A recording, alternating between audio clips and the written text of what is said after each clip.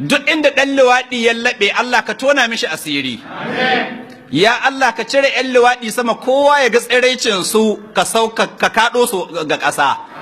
in sun ka faɗi kuma su yi karaya 12 da ba su koma tashi tsare duk wanda ka ƙoƙarin taimaka ma ɗan luwaɗi ta kowace hanya Allah ka karya shi kafin ya taimaka ma ɗan luwaɗin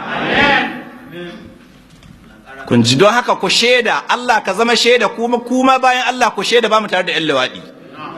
ba mu goyon bayan 'yan luwaɗi ba mu son 'yan luwaɗi ba mu na'am da abin da 'yan luwaɗi ka yi kuma mun shirye faɗa da 'yan luwaɗi faɗa na tsakani da Allah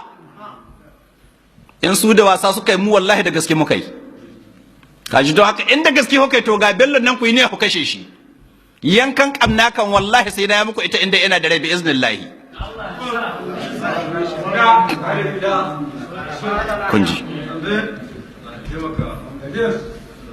mun gaji da su Allah ka tsine musu albarka Allah ka karya su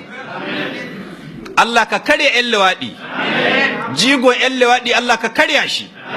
wanda ya ɗaure ma 'yan luwaɗi gindi sakkwato Allah ka yi sanin kowa ne Allah ka karya shi yara ne da masu goyon baya ne duk Allah ka karya su Allah ka tsalkake wannan birni na mujaddidi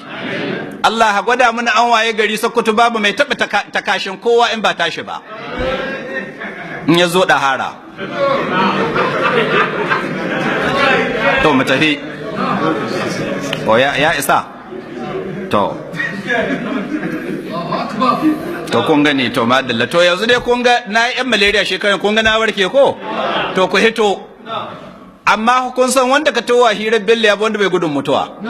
in kana gudun jini ya baltsama kakka taho kun ji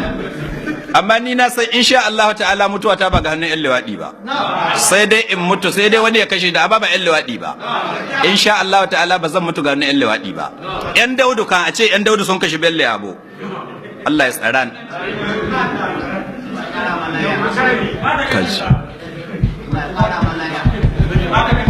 don haka kun jiya 'yan luwaɗi masu takara bello yabo na nan